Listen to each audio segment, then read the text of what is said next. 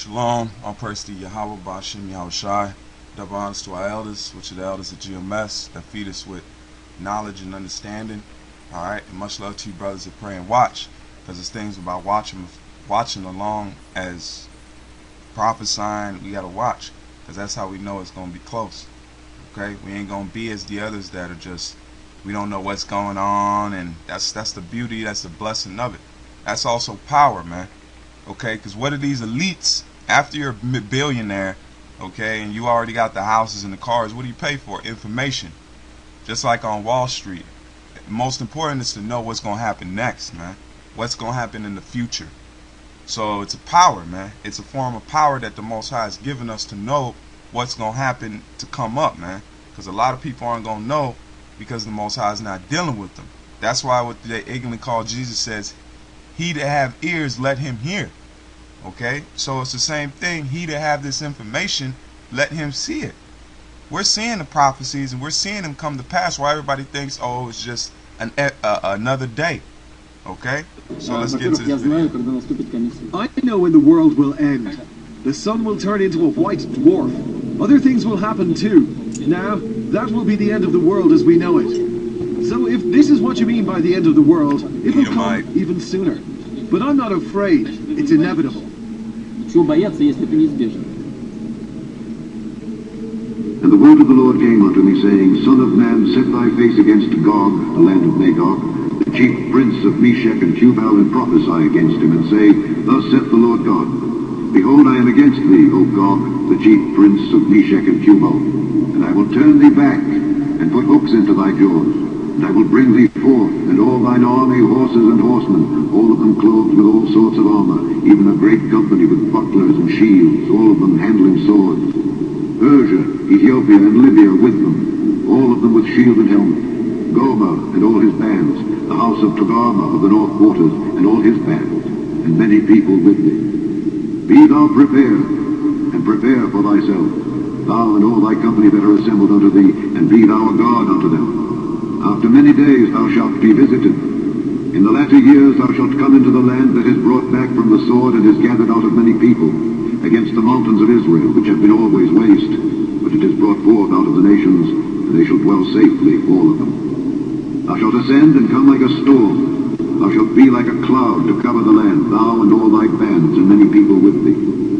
Thus saith the Lord God. It shall also come to pass, that at the same time shall things come into thy mind, and thou shalt think an evil thought, and thou shalt say, I will go up to the land of unwalled. And what's that evil thought? It's to nuke America, to destroy this place. It's going to get back to that USSR mindset of this place has got to go. The Cold War never ended, man. It just got put on the back burner. They always eat. The Most High set up, if Satan is against Satan. Let me break it down. These are Edomites. Russians are Edomites. Americans are Edomites. Israel are Edomites. The Israelis are Edomites. It's just Satan against Satan. That's the beautiful part. Satan is going to fight Satan in these last days with these other nations, along with Ishmael, okay, and Moab. They're all going to be involved in this because they came against the Lord and his people in Psalms 83. Okay, so since they want to come together in confederate, he's going to take that confederacy and turn it upside down. Okay, and make them fight each other. Villages. I will go to them that are at rest, that dwell safely, all of them dwelling without walls, and having neither bars nor gates, to take a spoil and to take a prey. Turn thine hand upon the desolate places that are now inhabited, and upon the people that are gathered out of the nations, which have gotten cattle and goods, that dwell in the midst of the land. Sheba and Dedan, and the merchants of Tarshish with all the young lions thereof, shall say unto thee, let me read these real quick. This is Psalms 83 and let's say 1. Keep not silence, O power, hold not thy peace, and be not still, O power. For lo, thy enemies make a tumult, and they that hate thee have lifted up the head. They have taken crafty counsel against thy people, and consulted against thy hidden ones. They have said, Come and let us cut them off from being a nation, that the name of Israel may be no more in remembrance. Okay, because the true Israelites aren't being remembered today as the Israelites. We're being remembered as Negroes, Latinos, and Native Americans. that are spread out through the four corners of the planet Earth, man. Through the power of the Lord that punished us. So he scattered us to the four winds, man. Okay, so then I'm gonna jump real quick to Obadiah. Okay, if you jump with me to Obadiah, I just read you in Psalms 83 that they're confederate. Now this is the prophecy. This is Obadiah 1 and 7. It says, all the men of thy confederacy have brought thee even to the border. Who's that? America, man. Okay, has brought America to the border because they thought there was a peace with them. Let's keep reading. All the men of thy confederacy have brought thee even to the border, and the men that were at peace with thee have deceived thee and prevailed against thee. They that eat thy bread have laid a wound under thee. There is none understanding in him. Okay, because America was giving Russia aid and letting Russia come into the UN meetings and the EU meetings and giving them a little power and letting them, you know, maintain themselves, man, after the so-called end of the Cold War. But little do they know, Russia was just building its strength back up, okay, and getting back established to where they can come back against this place. Thou come to take a spoil, hast thou gathered thy company to take a prey, to carry away silver and gold, to take away cattle and goods, to take a great spoil? Therefore, Son of Man, prophesy and say unto Gog, thus saith the Lord God, in that day, when my people of Israel dwelleth safely, shalt thou not know it? And thou shalt come from thy place out of the north parts, thou and many people with thee, all of them riding upon horses, a great company and a mighty army. And thou shalt come up against my people of Israel as a cloud to cover the land. It shall be in the latter days, and I will bring thee against my land, that the heathen may know me, when I shall be sanctified in thee, O Gog, before their eyes. Thus saith the Lord God, art thou he of whom I have spoken in old times by my servants the prophets of Israel, which prophesied in those days many years that I would bring thee against them? And it shall come to pass at the same time, when Gog shall come against the land of Israel, saith the Lord God, that my fury shall come up in my face, for in my jealousy and in the fire of my wrath have I spoken. Surely in that day there shall be a great shaking in the land of Israel, so that the fishes of the sea and the fowls of the heaven and the beasts of the field and all creeping things that creep upon the earth and all the men that are upon the face of the earth shake at my presence.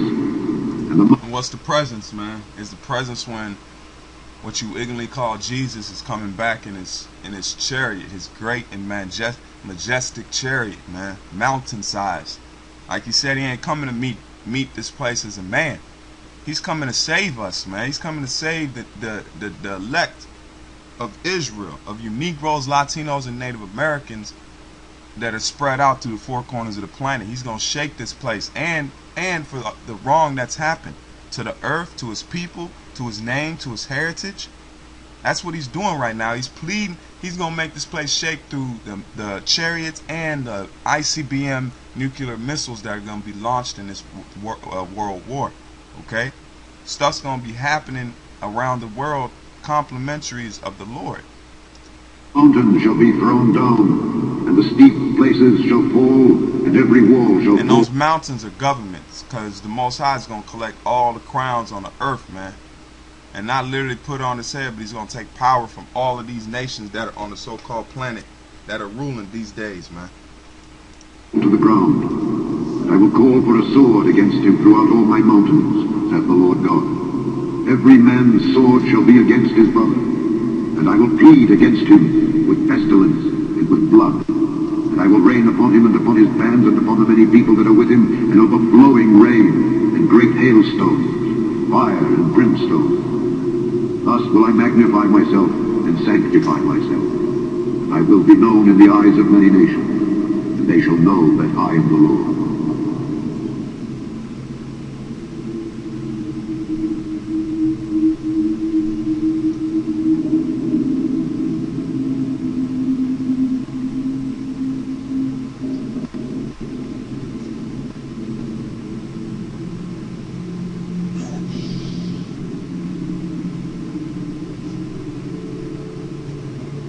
And Jamie, there are new concerns this morning that Russia and Iran are helping Syria in its fight against the rebels. Syrian troops, it turns out, are now using sophisticated technology and tactics on the battlefield, according to analysts.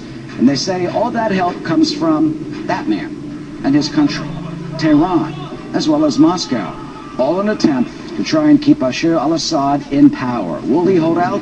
Joining us now is UN Ambassador John Bolton, former ambassador to the United Nations, senior fellow at the American Enterprise Institute, and Fox News contributor. Good morning, Ambassador. Good morning, Eric. Glad to be with you. Good. We just saw Mahmoud Ahmadinejad, and apparently Iran is helping Assad, Russia is helping Assad, and Secretary of State John Kerry is telling them to stop it. But is anyone listening? Well, they're not listening in Moscow and Tehran, that's for sure. Obviously, both Russia and Iran have been aiding Assad during these hostilities over the last 2 years. I think it's one of the main reasons Assad stayed in power. But within the last several months, there seems to me to be little doubt but that Iran and Russia have both stepped up the quantity and quality of the assistance that they're providing. More sophisticated communications and targeting capabilities, more financial assistance, bringing in Hezbollah, which is a terrorist organization funded by Iran, and now, most significantly, Russia reaffirming it will sell a very sophisticated air defense system known as the S-300 to Syria. When you combine that with sales of MiG planes, sales of anti-ship missiles, and the deployment of over a dozen additional Russian warships to the Syrian area of the Mediterranean, all speaks of a significant Russian commitment and a significant Iranian commitment to keeping Assad in power. Apparently there are Iranian drones, there are Iranian mortars. That is the line in the sand. It's now come to the point they're going to have to either, because they want Syria. So now that's the line in the sand. Russia and Iran done drawn it. They've been, playing the smiley role, the back burner, the lion role. Oh, we ain't helping them, but then turn around and help them. Now it's like, we helping them, and you ain't going in there. Now what? So the line is being drawn. They saying you cross this line, we going to the next stage. Because what more can you do besides deploying your warships and giving them missiles and high-tech weaponry? But that's your ally. Okay? So now they saying we allies. You go in here, you're attacking us, man. Units, jamming equipment. Let's take a look at those S-300 Russian missiles.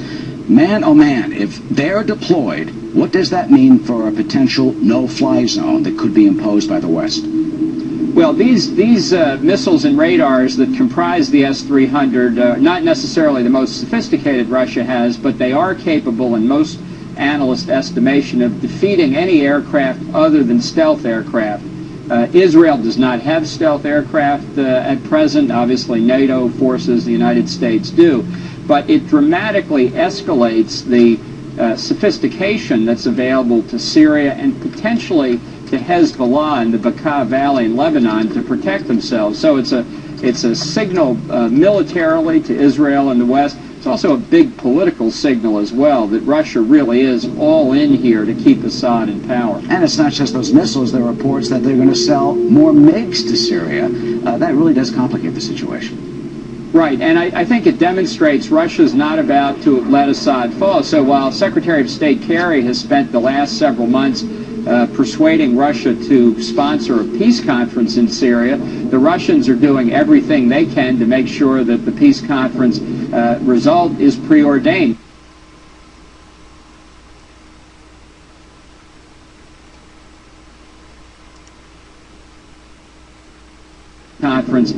Result is preordained, namely that Assad is not going to negotiate to step out of power. I think that's been clear for a long time. The Russians do not share our interest in moving Assad out. Their interest is diametrically the opposite of ours in Syria, and that's why the Obama administration's effort to join with Russia the last 2.5 years has failed.